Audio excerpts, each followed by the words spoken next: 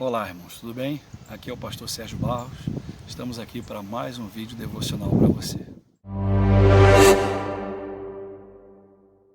Queria compartilhar com você 3 parábolas que estão lá no Evangelho de Lucas, no capítulo de número 15. A palavra do Senhor começa lá em Lucas 15, versículo 1, dizendo que se aproximavam de Jesus para o ouvir os publicanos e pecadores. Publicanos eram judeus que cobravam impostos abusivos dos próprios judeus. E os judeus que cumpriam a lei odiavam esses publicanos, porque eles eram gente judia que cobrava impostos do seu próprio povo, impostos abusivos. E os pecadores eram todos aqueles que não cumpriam a lei de Moisés. Entre eles, dentre esses pecadores, estavam os gentios. E a palavra do Senhor diz que os fariseus e os escribas, eles murmuravam, eles reclamavam pelos cantos. Os fariseus eram um partido de pessoas altamente conhecedoras da palavra de Deus e cumpridoras. Na verdade, não cumpridoras, eles apenas conheciam bastante a lei e falavam acerca da lei.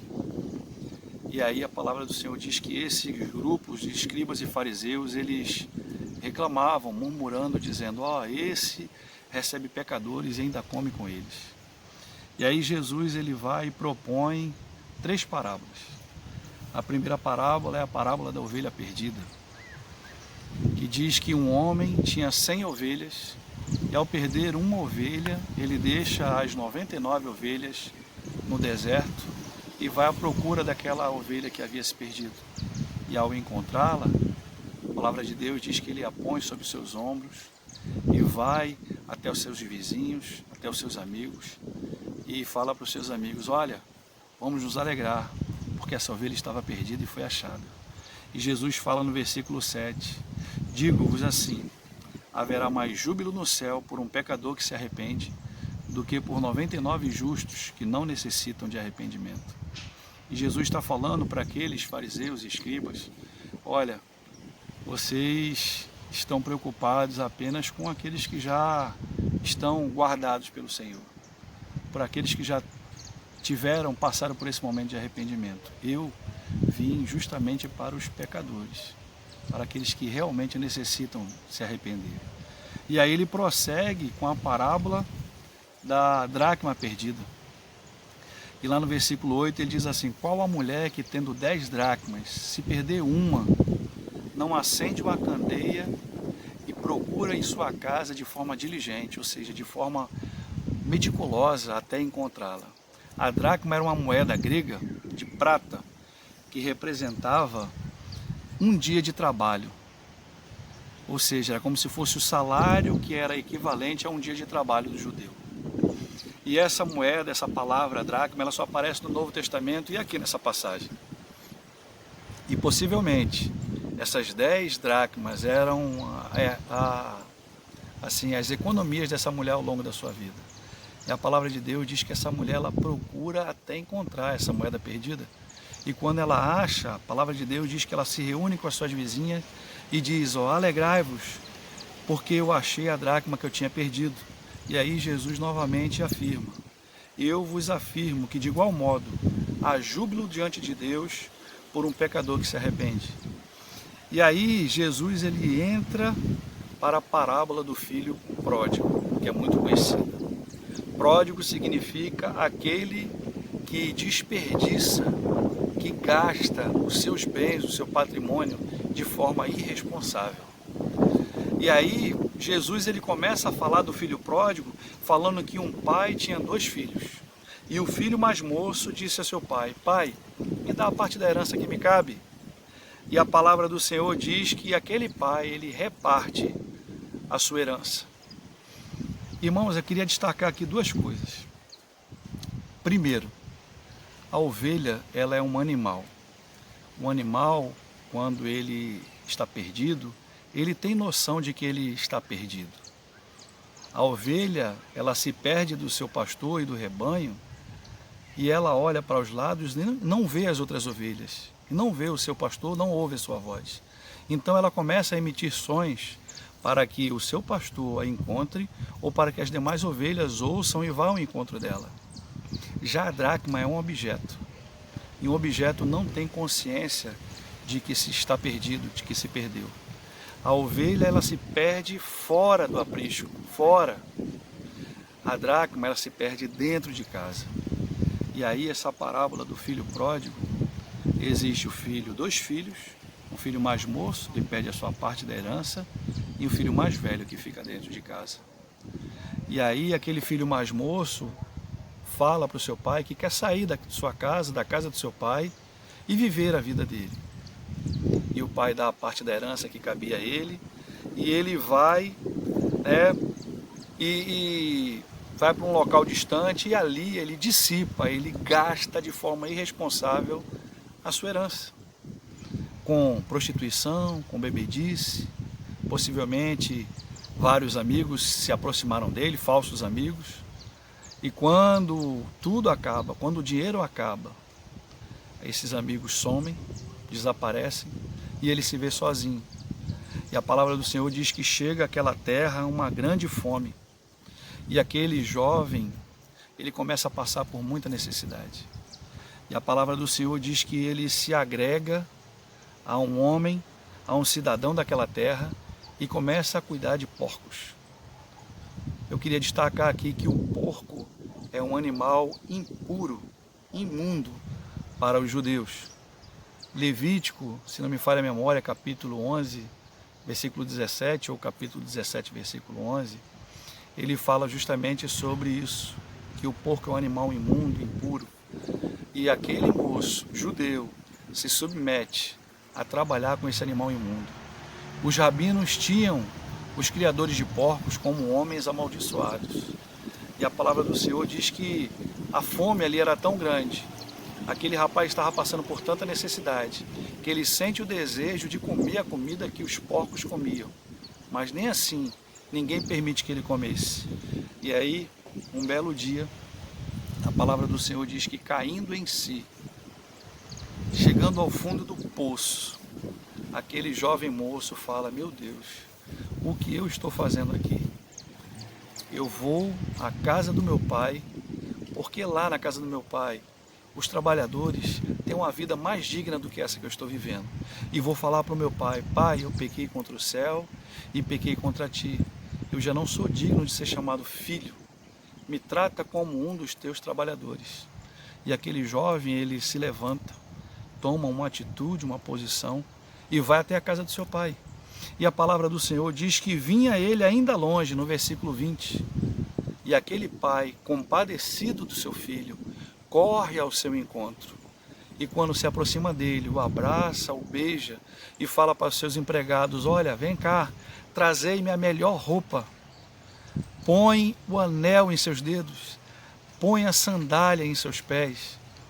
Irmãos, essa atitude que esse pai amoroso tem diante desse filho rebelde que se afasta da presença do seu pai e dissipa a fortuna do seu pai, é uma atitude na qual Deus ele tem para comigo e para com você.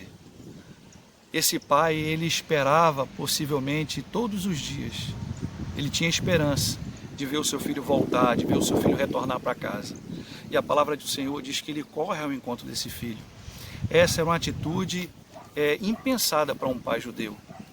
Um pai judeu que cometesse uma atitude desse tipo, com um filho rebelde desse jeito, ele podia se considerado um indigno. E aí esse pai vai ao encontro do filho, assim como Deus vem ao nosso encontro. A palavra do Senhor fala em várias passagens bíblicas que Deus ele vem ao nosso encontro, que ele vem à nossa procura. Lá em Gênesis, quando Adão peca, a palavra do Senhor diz que Deus vai até o encontro de Adão no jardim. Abraão, Deus vai até o encontro de Abraão. Deus vai até o encontro de Moisés. O Senhor vai até o encontro do apóstolo Paulo. Deus ele está à nossa procura. Deus ele deseja nos redimir, Deus ele deseja nos purificar, nos limpar de tudo aquilo que não provém dele. Deseja nos justificar, nos tornar filhos dele. E a palavra do Senhor diz que esse filho, ele vinha de longe e o pai manda pôr a melhor roupa, anel em seus dedos e a sandália. A melhor roupa significa a restauração da honra daquele filho. Anel no dedo significa a restauração da autoridade de filho, de herdeiro, de proprietário. E a sandália nos pés é um símbolo de que aquele filho já não era mais escravo daquele pecado que ele viveu. Porque os escravos, eles andavam descalços. Eles não tinham sandálias nos seus pés, a não ser que fossem escravos livres e libertos. E aquele jovem, ele tem toda essa restauração proporcionada pelo seu pai, da sua honra, da sua autoridade e da sua condição de filho e não mais de escravo. E assim, irmãos, Deus, ele faz comigo e com você. Deus, ele deseja nos tornar filhos dele. Ele vem ao nosso encontro de braços abertos para nos receber, independente da condição que você se encontre. O Senhor está de braços abertos para te receber, para te tornar filho dele, para te honrar de acordo com a vontade dele, para te dar autoridade de filho e para te tirar da condição de escravo do pecado, de agora de liberto, de filho de Deus. Esse é o desejo do Senhor. Mas a gente vê que quando esse pai recebe o seu filho, ele fala para os seus empregados também: olha, matai um novilho cevado e vamos nos alegrar, porque esse meu filho estava perdido e foi achado, estava morto e reviveu. O novilho cevado, irmãos, ele só era morto em ocasiões extremamente especiais. E essa era uma ocasião especial. E esse pai manda matar esse novilho cevado para celebrar que aquele filho que estava perdido agora voltou para a casa do pai.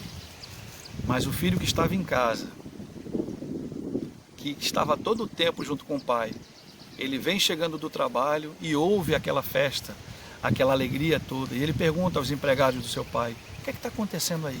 Que festa é essa? E os empregados do pai dele falam assim: olha, teu irmão voltou, teu pai está só alegria, mandou matar um novilho cevado, está fazendo o maior churrascão lá dentro. Rapaz, tem que ver a alegria do seu pai. E aí a palavra do Senhor diz que aquele filho mais velho, que estava com o pai o tempo todo, ele fica indignado, porque ele achava que aquele filho mais moço não era digno de ser restaurado à condição de filho por aquele pai. E esse filho mais moço, irmãos, ele representa os fariseus. Os fariseus, eles achavam que os pecadores não eram dignos de serem restaurados à condição de filhos de Deus. Eles até acreditavam que Deus, ele recebia o pecador, mas eles não criam que Deus, ele estava indo à busca desses pecadores. Então aquele filho mais moço, ele representava o fariseu. O fariseu, ele não se alegrava quando um pecador se achegava ao Senhor, quando Deus se achegava até um pecador. Eles não se regozijavam. E a palavra do Senhor diz que há festa no céu quando um pecador se arrepende. Mas novamente, mais uma vez, o pai vai ao encontro daquele filho e ele tenta conciliá-lo. E ele diz lá no versículo 29, mas ele respondeu ao seu pai. O pai fala assim: meu filho, não fique assim, vamos lá para dentro, vamos nos alegrar. E a palavra de Deus diz no versículo 29, ele respondeu ao seu pai: há tantos anos que te sirvo, sem jamais transgredir uma ordem tua, e nunca me deste um cabrito sequer, para eu me alegrar com os meus amigos. Vindo, porém, olha só, este teu filho, ele não fala esse meu irmão, ele fala, este teu filho que desperdiçou os teus bens com meretrizes, tu mandaste matar um novilho cevado. Aquele filho mais velho que estava todo o tempo na casa do pai, ele achava que as coisas eram pela meritocracia, que as pessoas deveriam conquistar, que as coisas eram conquistadas por obras. E assim, infelizmente, muitos de nós, em nossos dias, pensam que nós vamos conquistar uma vaga no céu por obras, por coisas boas que fazemos. Não. A palavra do Senhor diz que a salvação, ela vem pela graça, mediante a fé, e isso não vem de nós, é dom de Deus, para que o homem não se glorie. Então, irmãos, aquele pai, ele busca, chama seu filho para se regozijar junto com ele. E ele fala assim: meu filho, junte-se a nós, vamos nos alegrar. Tudo que é meu é teu. Você nunca precisou pedir ou pegar escondido qualquer coisa. Tudo que você quiser está à sua disposição, porque você é meu filho. Você faz parte, você também é proprietário de tudo que é meu. Tudo que é meu é teu também. Por que você sempre viveu uma condição de empregado, de escravo, e não de filho, livre e liberto? Teu irmão estava perdido e foi achado. Ele estava morto e reviveu. E é necessário que nós nos regozijemos junto com ele. Porque há festa no céu quando o pecador se arrepende. E assim, irmãos, é o nosso Deus. Deus, ele deseja que nós nos alegremos quando pessoas que andam totalmente afastadas dos caminhos dele se arrependem e se voltam para ele. Deus, ele está à procura, está em busca de corações verdadeiramente contritos e quebrantados. Através da ação do Espírito Santo de Deus, ele quebranta o coração do homem. E a palavra do Senhor diz que a fé, ela vem pelo ouvir e ouvir a palavra de Deus.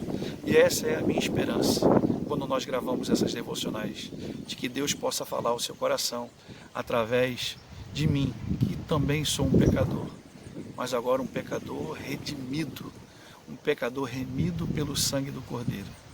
Então que esse Deus maravilhoso possa derramar a sua graça sobre a sua vida, que Ele está de braços abertos para te receber.